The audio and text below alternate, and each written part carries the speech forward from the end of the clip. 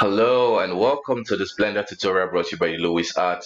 It's your boy Emmanuel Okafor, and in this Blender tutorial, I'll be looking at camera switching in Blender. So what I mean by that is when you create a movie or when you watch a movie, certain emotion is gotten out of you through the camera placement. So to achieve this with real camera, it's easy. You just set up several cameras, and over time, during post you can edit it to match the emotions which you're trying to convey. So in Blender, you can also do that. You could set up multiple cameras and over time switch between those cameras to get the desired results which you're going for.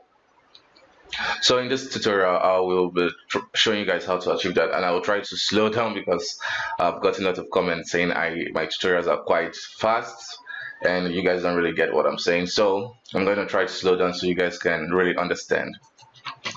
So right here in the scene we have two cameras. So the first camera is my camera underscore wide, and we have camera close up. So we are going to be switching between these two cameras. So today I'm going to be showing you guys two methods of achieving the same result. So the first method will be using just one camera, and the second method will be switching from these two cameras. So let me just go ahead and show you the first method. So the first method is the easy one, relatively easy. So I'll just bring up the tool panel and select my move tool. Right now I'm going to switch to the camera view by hitting 0, or you could do that by going to view and camera, active camera. So we'll do that one more time.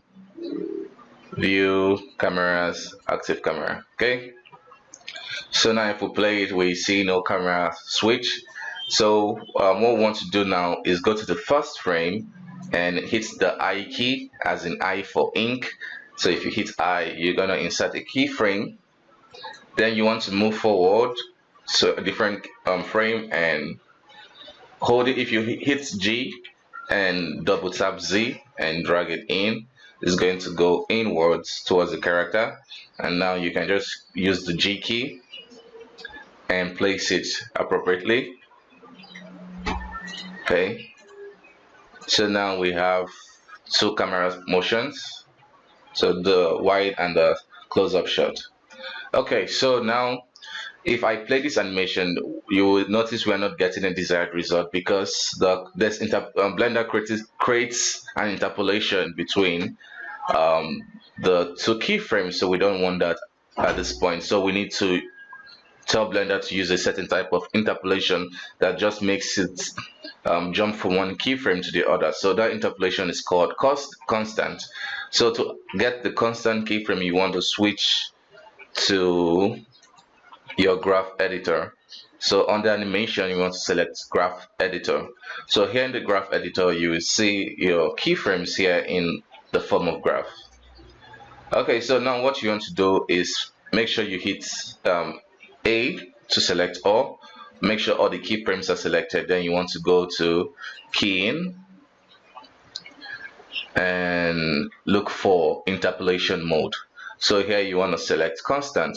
So as you can see from the graph preview, it's changed the look of the curve. So that's what you want. So right now it's going to give us a step motion. So there's no interpolation between the two keyframes.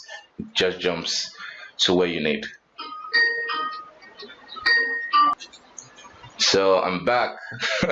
I'm not sure I remember where I was. Anyway, so we can see the camera motion is now what we want. So let's switch back to our timeline.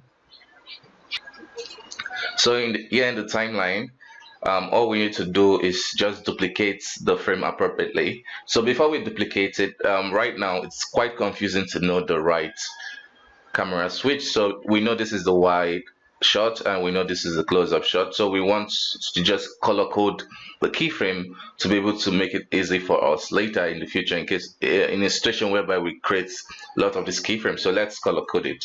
So if you select this keyframe and hit the letter R, this menu is going to come up. So you want to select breakdown.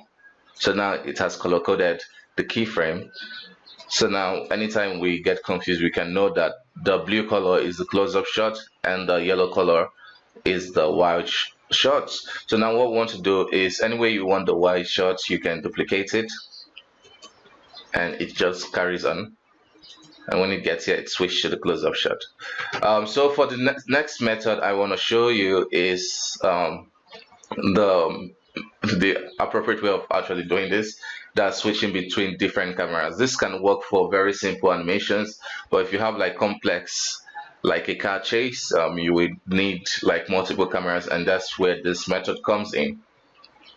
So in Blender, you have the ability in the scene panel to change between different cameras. So if you have multiple cameras, everything is being projected here, so you can see all the cameras you have.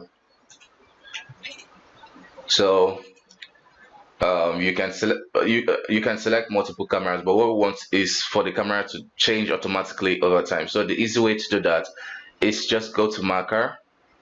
So anyway your the keyframe, this blue point is, that's where the marker is going to be created. So it's like the 3D cursor for the timeline. So you want to go here and hit add marker, or you could just hit the M key for macaroni.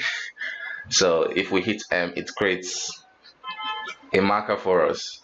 Okay, so I'm just going to create 2 markers for now. And now what you want to do is, for the first frame, for the first frame, we want it to be the wide shot. So selecting your wide shot camera and selecting the marker, you want to go to bind camera to markers.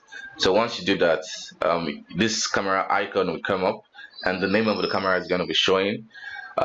Let's do for the next one. So here we'll do selecting the close-up camera and selecting this marker. We want to do bind camera to markers, and we have camera close-up shot, and you can see it's going to change automatically when it gets there. And now you can also duplicate this anytime you want the change of camera. You just have to select it by right clicking and hitting the Shift D, and it's going to duplicate it for you. Yeah, so that's it guys. I hope this tutorial was helpful. It was fun for me to share with this knowledge with you guys. Yeah, if you enjoy my video, please hit that subscribe button so you're always notified anytime I post something new, and don't forget to hit the like button so that YouTube can suggest this kind of my content to more Blender users out there. Okay, bye bye for now. See you next time.